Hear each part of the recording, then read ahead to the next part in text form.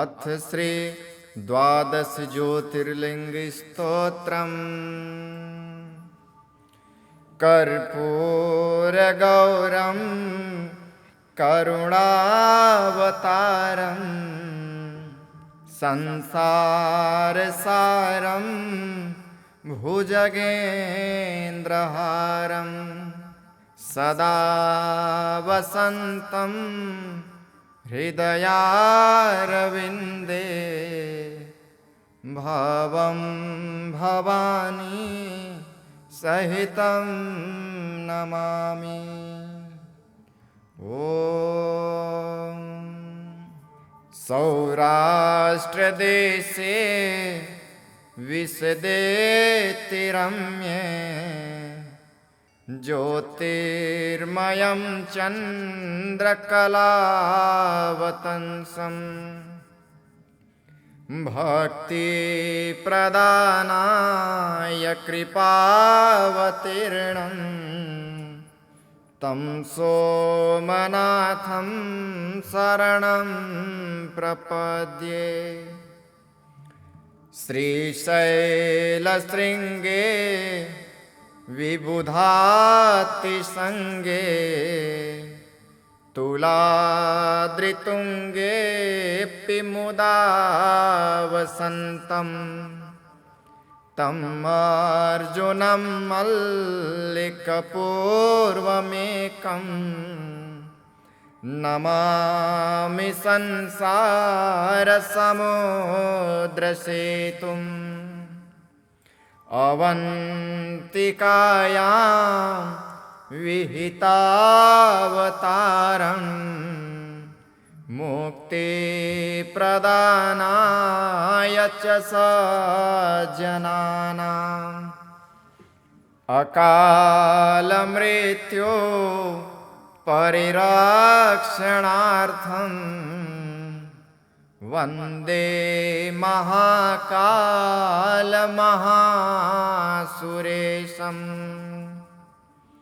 वन्दे महाकालमहासुरेशम्।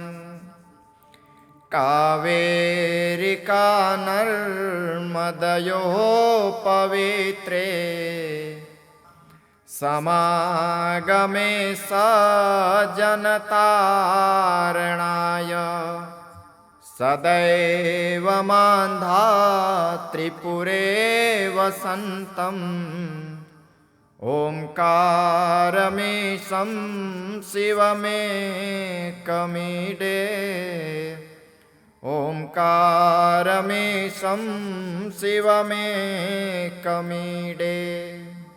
पूर्वोत्तरे प्रज्वलिका निधाने सदा वसन्तं गिरिजासमेतं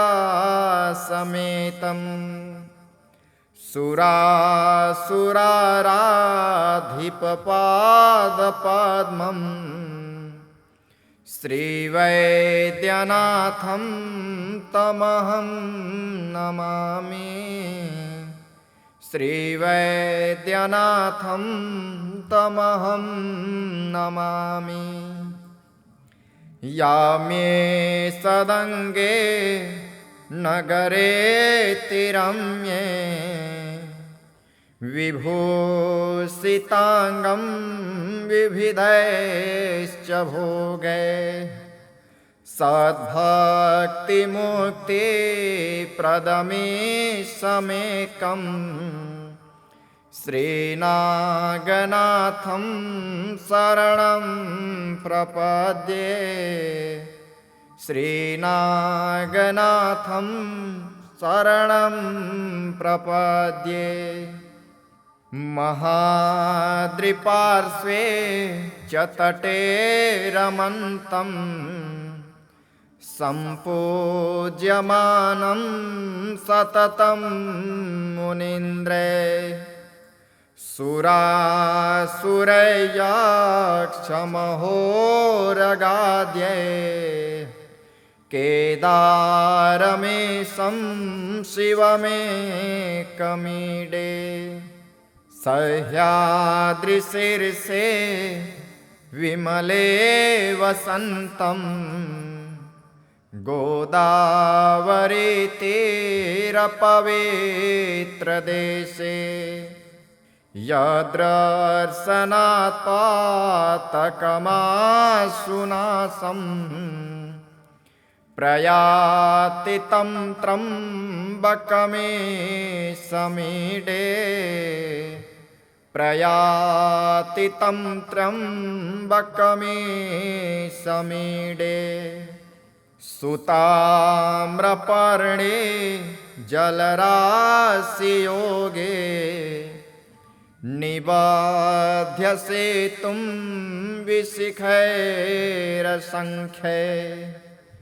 श्रीरामचन्द्रेण समर्पितं तं रामेश्वराख्यं नियतं नमामि। यं डाकिनी साकिनिका समाजे निसेव्यमाणं पिशितासनैश्च सदैव भीमादिपपत्प्रसीदं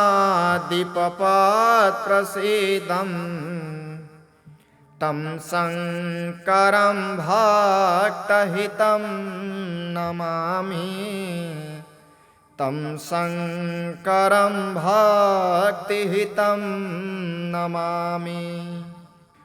सानन्दमानन्दवने वसन्तम् आनन्दकन्दं हतपापवृन्दं वाराणसीनाथमनाथनाथं श्रीविश्वनाथं शरणं प्रपद्ये। श्रीविश्वनाथं शरणं प्रपद्ये। इलापुरे रम्यविशालकेऽस्मिन् समुल्लसन्तं च जगद्वरेण्यं वन्दे महोदारतरस्वभावम् ग्रीष्णेश्वराख्यं शरणं प्रपद्ये। ज्योतिर्मया द्वादशलिङ्गिकानां शिवात्मनां प्रोक्तमिदं क्रमेण स्तोत्रं पठित्वा मनुज्योतिभक्त्या फलं तदालोक्य निजं भजेत्। फलं तदालोक्य निजं भजेत्। फलं तदालोक्य निजं भजेत्। ॐ सौराष्ट्रदेशे विशदेतिरम्ये ज्योतिर्मयं चन्द्रकलावतंसं भक्तिप्रदानाय कृपावतीर्णं तं सोमनाथं शरणं प्रपद्ये। श्रीशैलशृङ्गे विबुधातिसङ्गे तुलाद्रितुङ्गेऽपि मुदा वसन्तं तं अर्जुनं मल्लिकपूर्वमेकं नमामि संसारसमुद्रसेतुम् अवन्तिकायां विहितावतारं मुक्तिप्रदानाय च सज्जनानाम् अकालमृत्यो परिरक्षणार्थं वन्दे महाकालमहासुरेशम् वन्दे महाकालमहासुरेशम्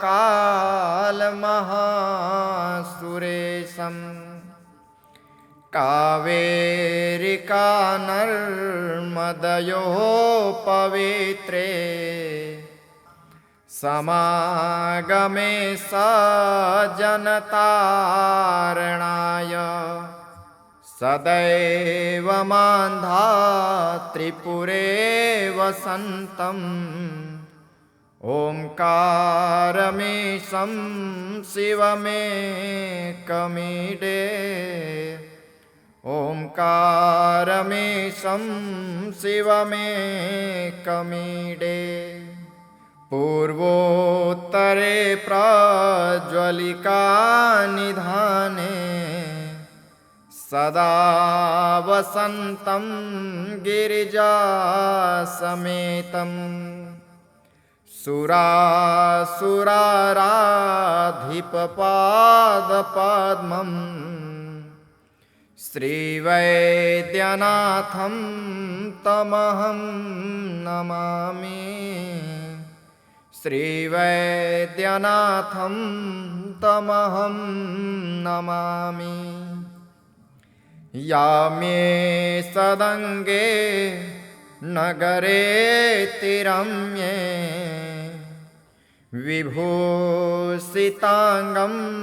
विविधैश्च भोगै सद्भक्तिमुक्तिप्रदमीशमेकं श्रीनागनाथं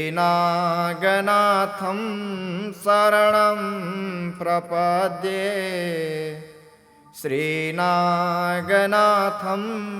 शरणं प्रपद्ये महाद्रिपार्श्वे च तटे रमन्तं सम्पूज्यमानं सततं मुनीन्द्रे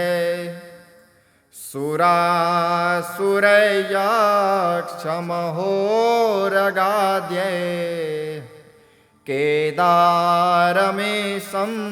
शिवमेकमीडे सह्याद्रिशीर्षे विमले वसन्तं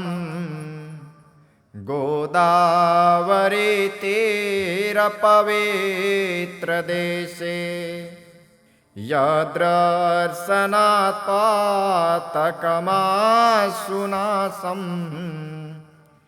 प्रयाति तं त्र्यम्बकमीशमीडे प्रयाति तं त्र्यम्बकमीशमीडे सुताम्रपर्णे जलराशियोगे निबध्य सेतुं विशिखैरसङ्ख्ये श्रीरामचन्द्रेण समर्पितं तं रामेश्वराख्यं नियतं नमामि यं डाकिनी साकिनिका समाजे निसेव्यमाणं पिशितासनैश्च सदैव भीमादिपपत्प्रसीदं तं शङ्करं भक्तहितं नमामि तं शङ्करं भक्तिहितं नमामि सानन्दमानन्दवने वसन्तम् आनन्दकन्दं हतपापवृन्दं वाराणसीनाथमनाथनाथं श्रीविश्वनाथं शरणं प्रपद्ये श्रीविश्वनाथं शरणं प्रपद्ये इलापुरे रम्यविशालकेऽस्मिन् समुल्लसन्तं च जगद्वरेण्यं वन्दे महोदारतरस्वभावम्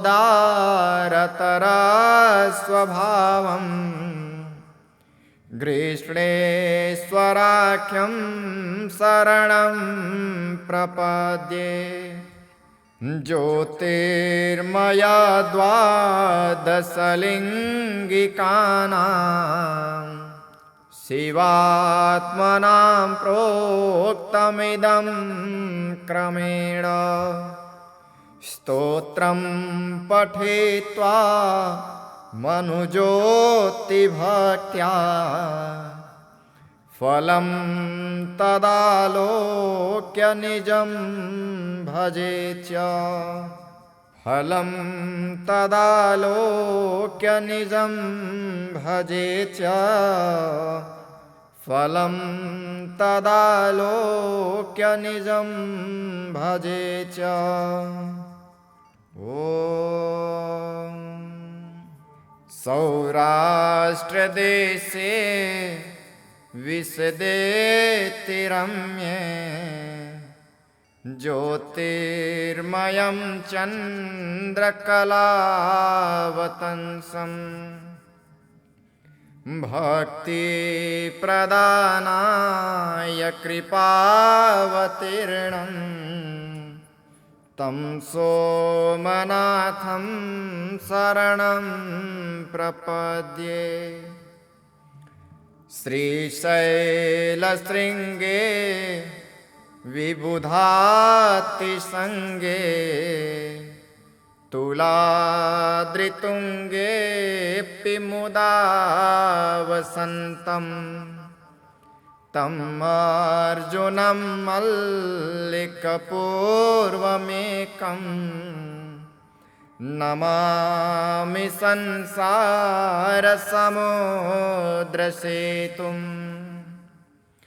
अवन्तिकायां विहितावतारं मुक्तिप्रदानाय च सज्जनानाम् अकालमृत्यो परिरक्षणार्थं वन्दे महाकालमहासुरेशं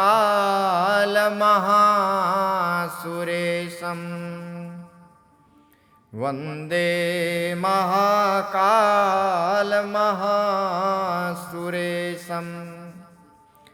कावेरिका नर्मदयोः पवित्रे समागमे सज्जनतारणाय सदैव मान्धात्रिपुरे वसन्तम् ओंकारमीशं शिवमेकमीडे ओंकारमीशं शिवमेकमीडे पूर्वोत्तरे प्रज्वलिका निधाने सदा वसन्तं गिरिजासमेतं सुरासुराराधिपपादपद्मं श्रीवैद्यनाथं तमहं नमामि श्रीवैद्यनाथं तमहं नमामि यामे सदङ्गे नगरे तिरम्ये विभूषितांगं विविधैश्च भोगैः सद्भक्तिमुक्तिप्रदमीशमेकम् श्रीनागनाथं शरणं प्रपद्ये श्रीनागनाथं शरणं प्रपद्ये। महाद्रिपार्श्वे च तटे रमन्तं सम्पूज्यमानं सततं मुनीन्द्रैः सुरासुरयक्षमहोरगाद्यैः केदारमेशं शिवमेकमीडे सह्याद्रिशीर्षे विमले वसन्तं गोदावरीतीरपवित्रदेशे यद्दर्शनात् पातकमाशुनाशं प्रयाति तं त्र्यम्बकमीशमीडे प्रयाति तं त्र्यम्बकमीशमीडे। सुताम्रपर्णे जलराशियोगे निबध्यसेतुं विशिखैरसङ्ख्यै श्रीरामचन्द्रेण समर्पितं तं रामेश्वराख्यं नियतं नमामि। यं डाकिनी साकिनिका समाजे निसेव्यमाणं पिशितासनैश्च सदैव भीमादिपपत्प्रसीदं तं शङ्करं भक्तहितं नमामि तं शङ्करं भक्तिहितं नमामि। सानन्दमानन्दवने वसन्तम् आनन्दकन्दं हतपापवृन्दं वाराणसीनाथमनाथनाथं श्रीविश्वनाथं शरणं प्रपद्ये श्रीविश्वनाथं शरणं प्रपद्ये। इलापुरे रम्यविशालकेऽस्मिन् समुल्लसन्तं च जगद्वरेण्यं वन्दे महोदारतरस्वभावम् ग्रीष्णेश्वराख्यं शरणं प्रपद्ये। ज्योतिर्मया द्वादशलिङ्गिकानां शिवात्मनां प्रोक्तमिदं क्रमेण स्तोत्रं पठित्वा मनुज्योतिभक्त्या फलं तदालोक्य निजं भजेत् च फलं तदालोक्य निजं भजेत् च फलं तदालोक्य निजं भजेत् च। ॐ सौराष्ट्रदेशे विशदेति रम्ये ज्योतिर्मयं चन्द्रकलावतंसं भक्तिप्रदानाय कृपावतीर्णं तं सोमनाथं शरणं प्रपद्ये। श्रीशैलशृङ्गे विबुधातिसङ्गे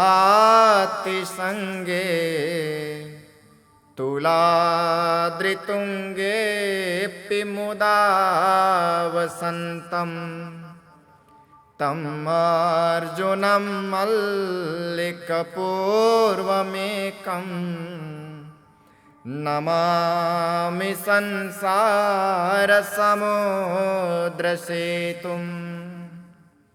अवन्तिकायां विहितावतारं मुक्तिप्रदानाय च सज्जनानाम्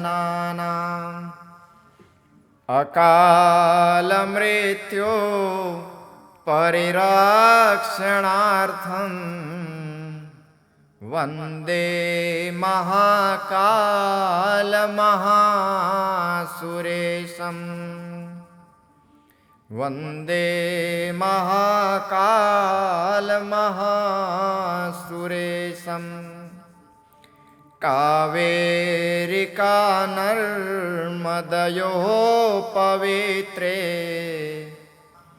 समागमे सज्जनतारणाय सदैव मान्धातृपुरे वसन्तम् ओंकारमीशं शिवमेकमीडे। ओंकारमीशं शिवमेकमीडे। पूर्वोत्तरे प्रज्वलिका निधाने सदा वसन्तं गिरिजासमेतं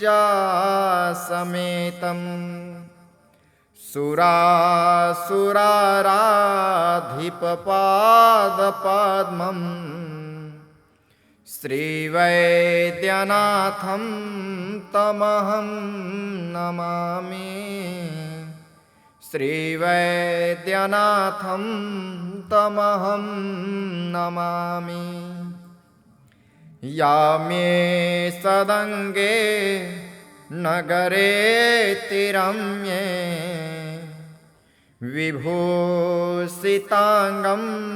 विविधैश्च भोगै सद्भक्तिमुक्तिप्रदमीशमेकं श्रीनागनाथं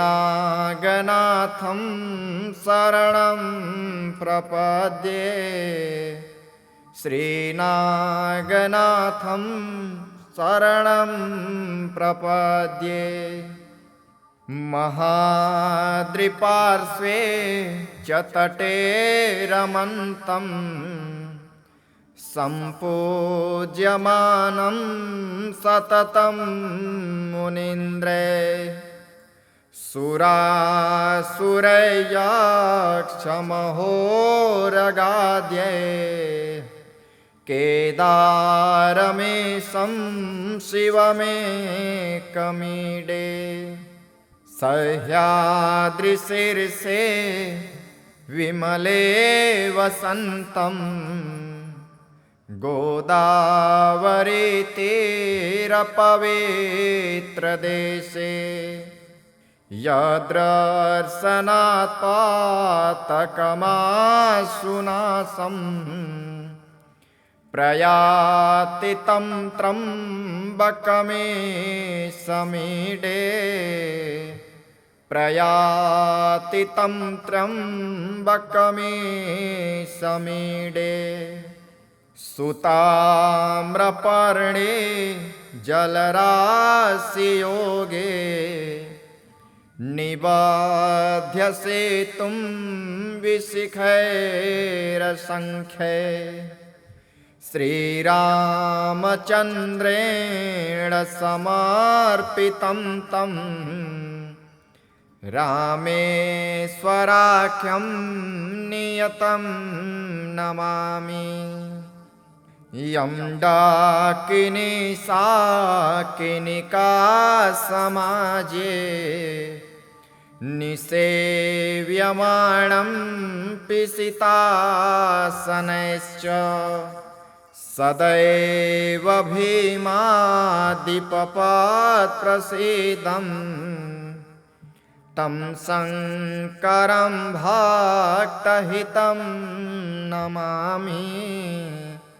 तं शङ्करं भक्तिहितं नमामि। सानन्दमानन्दवने वसन्तम् आनन्दकन्दं हतपापवृन्दं वाराणसीनाथमनाथनाथं श्रीविश्वनाथं शरणं प्रपद्ये। श्रीविश्वनाथं शरणं प्रपद्ये। इलापुरे रम्यविशालकेऽस्मिन् समुल्लसन्तं च जगद्वरेण्यं वन्दे महोदारतरस्वभावम् ग्रीष्णेश्वराख्यं शरणं प्रपद्ये। ज्योतिर्मया द्वादशलिङ्गिकानां शिवात्मनां प्रोक्तमिदं क्रमेण स्तोत्रं पठित्वा मनुजोक्तिभक्त्या फलं तदालोक्य निजं भजेत्। फलं तदालोक्य निजं भजेत्। फलं तदालोक्य निजं भजेत्। ॐ सौराष्ट्रदेशे विशदेतिरम्ये ज्योतिर्मयं चन्द्रकलावतंसं भक्तिप्रदानाय कृपावतीर्णं तं सोमनाथं शरणं प्रपद्ये। श्रीशैलशृङ्गे विबुधातिसङ्गे तुलाद्रितुङ्गेऽपि मुदा वसन्तं तं अर्जुनं मल्लिकपूर्वमेकं नमामि संसारसमुद्रसेतुम् अवन्तिकायां विहितावतारं मुक्तिप्रदानाय च सज्जनानाम् अकालमृत्यो परिरक्षणार्थं वन्दे महाकालमहासुरेशम्। वन्दे महाकालमहासुरेशम्। कावेरिका नर्मदयोः पवित्रे समागमे सज्जनतारणाय सदैव मान्धात्रिपुरे वसन्तम् ओंकारमीशं शिवमेकमीडे ओंकारमीशं शिवमेकमीडे पूर्वोत्तरे प्रज्वलिका निधाने सदा वसन्तं गिरिजासमेतं सुरासुराराधिपपादपद्मं श्रीवैद्यनाथं तमहं नमामि श्रीवैद्यनाथं तमहं नमामि यामे सदङ्गे नगरे तिरम्ये विभूषिताङ्गं विविधैश्च भोगै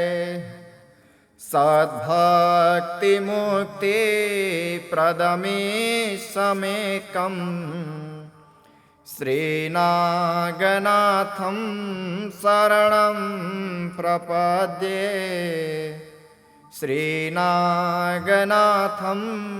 शरणं प्रपद्ये महाद्रिपार्श्वे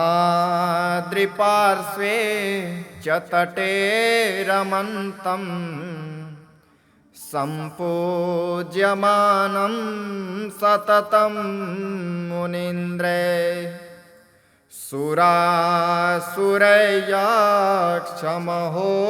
सुरासुरैर्यक्षमहोरगाद्यै केदारमीशं शिवमेकमीडे सह्याद्रिशीर्षे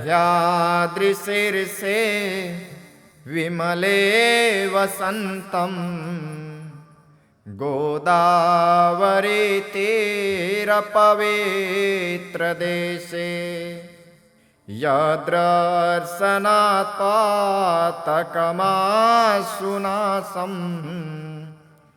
प्रयाति तं त्र्यम्बकमीशमीडे प्रयाति तं त्र्यम्बकमीशमीडे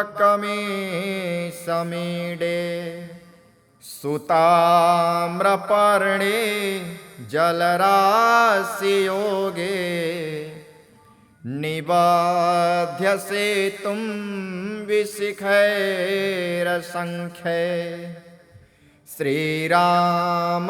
श्रीरामचन्द्रेण समर्पितं तं रामेश्वराख्यं नियतं नमामि यं डाकिनी साकिनिका समाजे निसेव्यमाणं पिशितासनैश्च सदैव भीमादिपपत्प्रसीदं तं शङ्करं भक्तहितं नमामि तं शङ्करं भक्तिहितं नमामि सानन्दमानन्दवने वसन्तम् आनन्दकन्दं हतपापवृन्दम्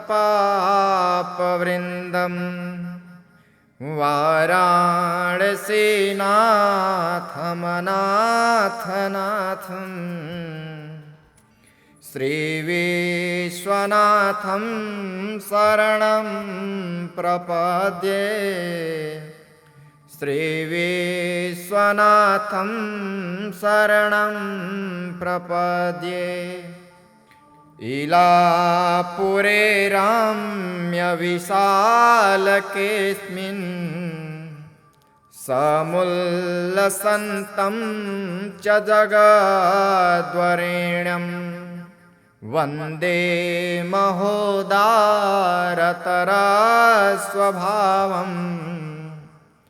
ग्रीष्णेश्वराख्यं शरणं प्रपद्ये ज्योतिर्मया द्वादशलिङ्गिकानां शिवात्मनां प्रोक्तमिदं क्रमेण स्तोत्रं पठित्वा मनुज्योतिभक्त्या फलं तदालोक्य निजं भजेत् च फलं तदालोक्य निजं भजेत् च फलं तदालोक्य निजं भजेत् च। ॐ सौराष्ट्रदेशे विशदेतिरम्ये ज्योतिर्मयं चन्द्रकलावतंसं भक्तिप्रदानाय कृपावतीर्णं तं सोमनाथं शरणं प्रपद्ये श्रीशैलशृङ्गे विबुधातिसङ्गे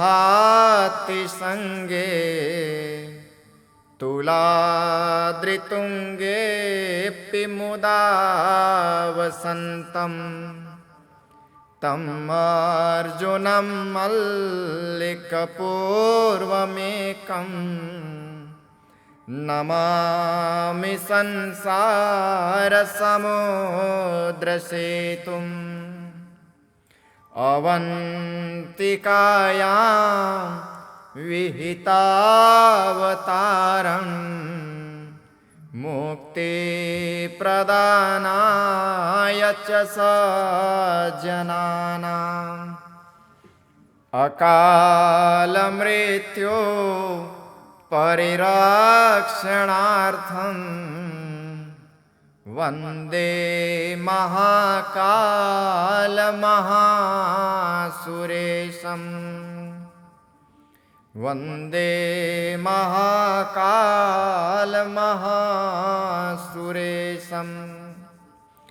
कावेरिका नर्मदयोः पवित्रे समागमे सज्जनतारणाय सदैव मान्धात्रिपुरे वसन्तम् ओंकारमीशं शिवमेकमीडे ओंकारमीशं शिवमेकमीडे पूर्वोत्तरे प्रज्वलिका निधाने सदा वसन्तं गिरिजासमेतं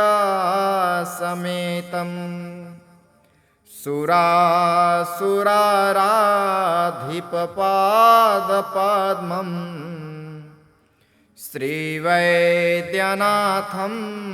तमहं नमामि श्रीवैद्यनाथं तमहं नमामि यामे सदङ्गे नगरेतिरम्ये विभूषिताङ्गं विविधैश्च भोगै सद्भक्तिमुक्तिप्रदमीशमेकं श्रीनागनाथं शरणं प्रपद्ये श्रीनागनाथं शरणं प्रपद्ये महाद्रिपार्श्वे च तटे रमन्तं सम्पूज्यमानं सततं मुनीन्द्रे सुरासुरयक्षमहोरगाद्यै केदारमेशं शिवमेकमीडे सह्याद्रिशीर्षे विमले वसन्तं गोदावरीतीरपवित्रदेशे यद्दर्शनात् पातकमाशुनाशम् प्रयाति तं त्र्यम्बकमीशमीडे प्रयाति तं त्र्यम्बकमीशमीडे सुताम्रपर्णे जलराशियोगे निबध्यसेतुं विशिखैरसङ्ख्ये श्रीरामचन्द्रेण समर्पितं तं रामेश्वराख्यं नियतं नमामि यं डाकिनी साकिनिका समाजे निसेव्यमाणं पिशितासनैश्च सदैव भीमादिपपत्प्रसीदं तं शङ्करं भक्तहितं नमामि तं शङ्करं भक्तिहितं नमामि सानन्दमानन्दवने वसन्तम् आनन्दकन्दं हतपापवृन्दं वाराणसीनाथमनाथनाथं श्रीविश्वनाथं शरणं प्रपद्ये श्रीविश्वनाथं शरणं प्रपद्ये इलापुरे रम्यविशालकेऽस्मिन् समुल्लसन्तं च जगद्वरेण्यं वन्दे महोदारतरस्वभावम्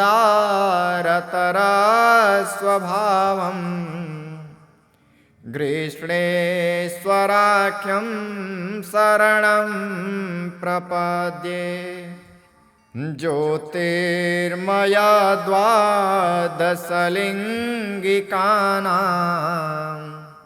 शिवात्मनां प्रोक्तमिदं क्रमेण स्तोत्रं पठित्वा मनुज्योतिभक्त्या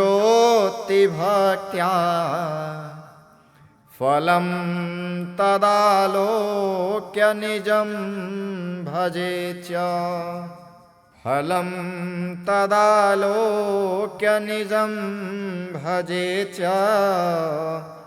फलं तदालोक्य निजं भजेत् ॐ सौराष्ट्रदेशे विशदेतिरम्ये ज्योतिर्मयं चन्द्रकलावतंसं भक्तिप्रदानाय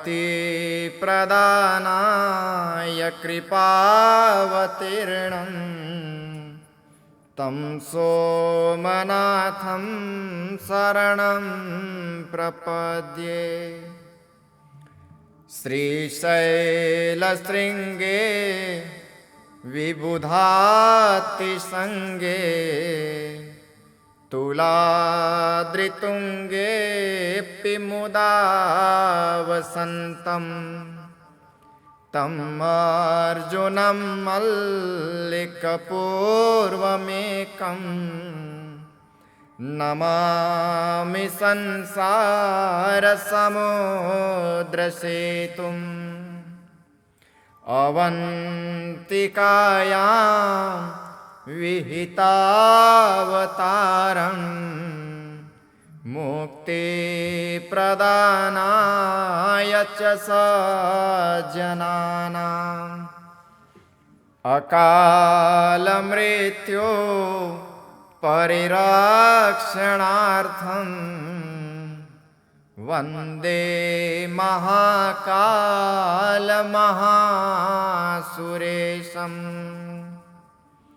वन्दे महाकालमहासुरेशम् कावेरिका नर्मदयोः पवित्रे समागमे सज्जनतारणाय सदैव मान्धातृपुरे वसन्तम् ओंकारमीशं शिवमेकमीडे ओंकारमीशं शिवमेकमीडे पूर्वोत्तरे प्रज्वलिका निधाने सदा वसन्तं गिरिजासमेतम्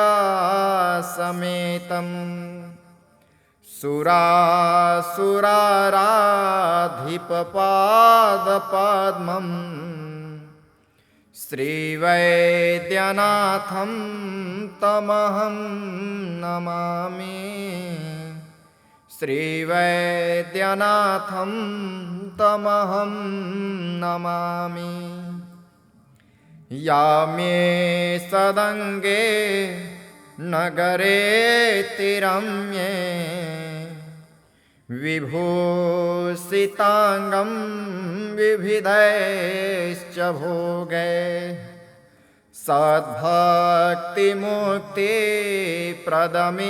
सद्भक्तिमुक्तिप्रदमीशमेकम् श्रीनागनाथं शरणं प्रपद्ये श्रीनागनाथं शरणं प्रपद्ये महाद्रिपार्श्वे च तटे रमन्तं सम्पूज्यमानं सततं मुनीन्द्रे